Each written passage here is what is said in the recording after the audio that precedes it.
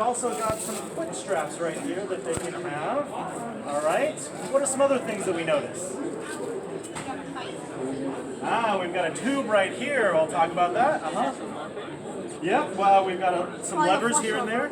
That lever's probably the flush lever, and it's like, I'm pretty sure it's probably not blocking suction, so we can make sure that We'll see. Can you all hear that little buzzing sound? Yeah, okay, so we'll talk about that in a little bit too, okay? So what do you think would be different about a toilet on the space shuttle versus a toilet here on Earth? Yeah. Okay, so there's no restraints, at least in the toilets you have at home, yeah? Okay, so that sound we hear might be some suction, yep? Yeah, can't have y'all look in here, but inside here there's actually no water inside here, so perfect, right? Why is it that we need restraint straps and we need air instead of water? What is it that's missing up in space? Gravity. There's no gravity in space. Yeah, we like to actually say there is very little gravity, so we call it microgravity, right? We can't exactly say zero gravity because ultimately we are still in orbit around the Earth, and that the Earth's gravity is still affecting us just a little bit, okay?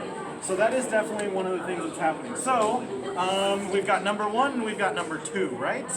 So number one is actually right here with this tube, and there is air suction coming out. If you put your hand there, you might be able to feel it actually. And each astronaut has their own attachment that they have, right? So it belongs to them, so it's sanitary. Men have a more cone-shaped one, women have an oval-shaped one, and women can actually stand as well and use the restroom here. If you notice, there is this little white bar down here, right? It's funny because a lot of the astronauts, they talk about how the tops of their feet end up getting a little raw and their shins because so much of the time they have to clip their feet underneath something to kind of like hold them in place, right? So that's here as well. But you know, if they are sitting down number two, what do you notice about the seat? Does this look like your seat at home? Part of it's really small. Anything else? This is kind of curved, right? So that's because we are using air to kind of contain a lot of the feces and the urine. And so there has to be a perfect seal that happens right here. And I don't know, this is a pretty small hole compared to your toilet at home, right? Do you think it's easy to use this? So astronauts actually do have to go through potty training. Yeah, they actually have to practice how to use this the right way, and I guess, you know, to use shuttle terms, they have to make sure they dock perfectly, right? So here on Earth, there actually are multiple training facilities, and one of them actually has a camera on the inside to make sure that everything lines up perfectly. Because what might happen if things don't line up perfectly? It goes It could be kind of a mess, right? Excuse me? I don't think so. I think the monitor is just for you. If I can imagine it correctly, I imagine that the astronaut herself is the one actually looking at the camera, right? And so after that, they kind of get the right feel for it, you know? So that's really important. What do y'all think happens with the waste? Okay, well, so we've got two different types of waste. What do we have any hypotheses on what might actually happen? Yeah. You filter out a lot of good stuff. Okay, I like it. You probably take your feces and you probably drain out water and then filter that along with the pee and then get rid of the waste matter. Okay, yeah, I like how y'all are thinking the difference between liquids and solids. So what ends up happening with the liquid waste, the urine, is that actually does get vented out into space, right? Because what happens is it freezes really quickly, and then because of how cold it is, it ultimately sublimates after about an orbit or two around the Earth, and then it dissipates, right, and turns into a gas. Not really a threat. However, if we were to take a piece of solid waste and just toss it out into space, it's going to freeze up and become really hard, and it turns into a micrometeoroid. And so now that little piece of feces is now a threat potentially to things that are in orbit, right? So that is one of the challenges that happens. Do we have any questions up until right now? It's okay. It's totally.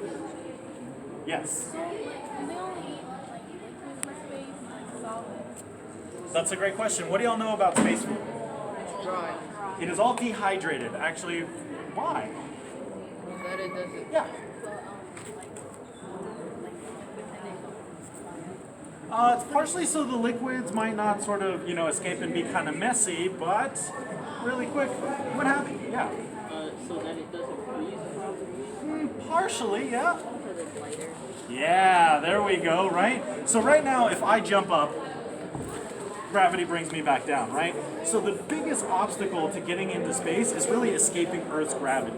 So the less weight that we have, the less mass that we have to escape the Earth's gravity, the easier it's going to be to get up into space. So we like to leave as much of the non-essentials as possible because there ultimately is sort of water that was available right now on the space station, but we can find different ways of filtering water. We don't have to take it all with us. So the food was dehydrated, but it's also a little bit specialized. It's what's called a low residue diet. So they do try to eat foods that don't produce quite as much waste as we might have here on Earth to minimize them, right? So that is one of the issues. Yeah, question. That's a good question. I would assume there are fibrous things, right? So anything that has a little bit more of that fiber requires that processing in your body. And anything that we ultimately can't process ourselves in our own bodies, so sometimes maybe even, like cellulose, skins from fruits and things like that. So those might be examples of types of foods that they want to avoid to have minimal residue, right? Yes, sir. I know they had like some astronauts up there for extended amounts of time. Does that type of diet affect them when they get back to Earth? That's a really great question. I don't know about the long-term studies on exactly how the food and the diet affects them, but overall, that is one of the things that we are looking to study. Have you all heard of the Kelly twins? Mark and Scott Kelly. They're they are twins. Yeah, they are identical twins, and actually, one of them just spent almost a full year in space, and they're actually analyzing his DNA to see the difference between him and his brother that was here on Earth, right? And his brother acted as what would be called a control, right? So we know that's how he might be living here on space, and they're comparing it to a year out in microgravity. There are some other. Actually, here's an interesting question. I'll let you guys, if you want to turn and talk real quick, pair up. How much do you think this costs? I'll give you like 15 seconds to share with the. 31 million. 1,000,000. All right. What are some guesses? How much do y'all think this costs? Yeah. A million. 13 million. 13 million. 30,000. 30,000. 10,000. 15,000. 25,000. 25,000. 500,000. I think if we maybe added up all of the numbers that you all just gave me, we might get close. So, yep. So for all the research and development and the actual manufacturing, it costs about $30 million to develop We're this. right. You should have went with it. Just one. Yeah, just one.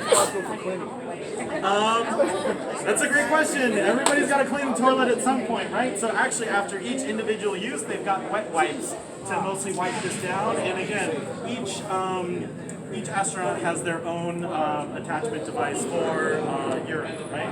They have to bring all the stuff back to Earth with them? Yes. So those all get collected. They do get kind of dehydrated, and once they do land back on Earth, they do remove all of the waste, right?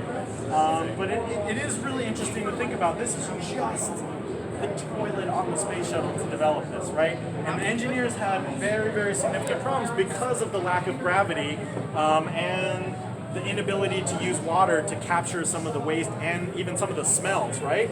So this vacuum that you're kind of hearing a little bit was to collect it, but also some of the smells. So they would collect all those smells. They have a filter system right here, and then it would actually be vented back into the cabin. Do you have any questions? Yeah. We actually had to build this for us. Yes.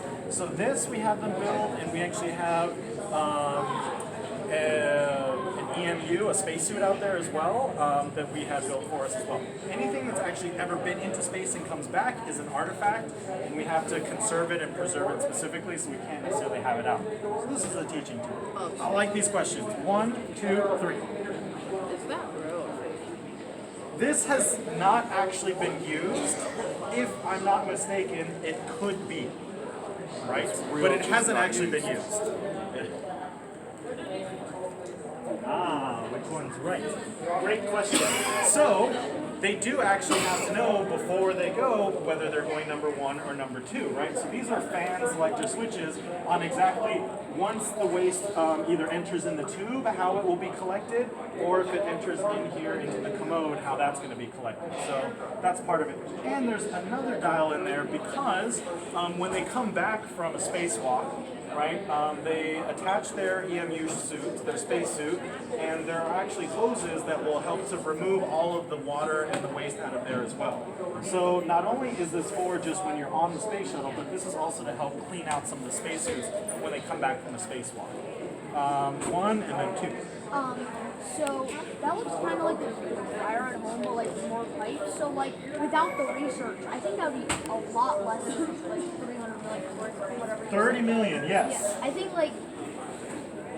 we use it with the research and like that. I think like without the research, it would probably be like a lot less, right? It would be, but without that research, we don't really Yeah, know. but We if wouldn't you know mass how to produce fix it, it then and things like that. Because ultimately, part of what they were trying to do was making it simple as possible. Because if this broke down, who's going to fix it? You can't really call a space plumber, right? The astronauts themselves had to fix it. And there were actually shuttle missions where it broke down.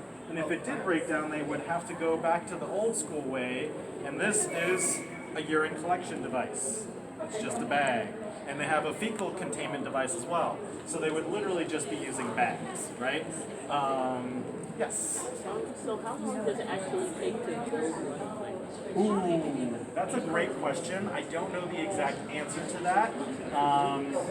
Yeah, I'm sorry, but I mean, the space shuttle was ultimately, that's part of the challenge of putting together the space shuttles, is because each component sometimes was built by different contractors. And so putting all of those things together and making sure all of those pieces spoke to each other sort of in the right way, right? Had the right electrical currents, had all the right programs and coding and things like that.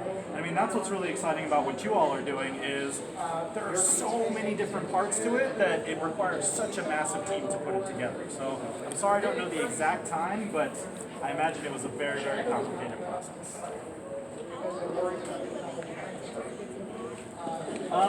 Yeah, if I'm not mistaken, it's about 1 or 2 orbits, right? Immediately once you vent it out, it will freeze.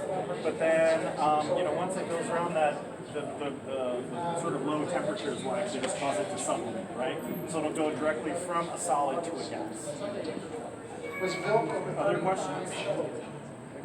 Yes. With this, the plan to go to Mars, how would they be able to store that stuff that extended journey and everything? That's kind of not feasible, really. You'd have to bring an extra rocket. Yeah, that's a great question. I mean, it takes about 6 months right now to travel from Earth to Mars, right? When it's at its shortest distance. I imagine they've got plans for how to dispose of it once they land on the surface of Mars. I got you. All right, so probably just leave it there and not bring it back. Unfortunately, I mean, there are things like that. I mean, there's a history of humans doing that even for Mount Everest, let's say, right? You know, as people climbed and then they didn't need it. Bueno, conocimos un poco de cómo funciona el baño del transbordador. Kind of like how there are a bunch of Museo Aeroespacial en Washington.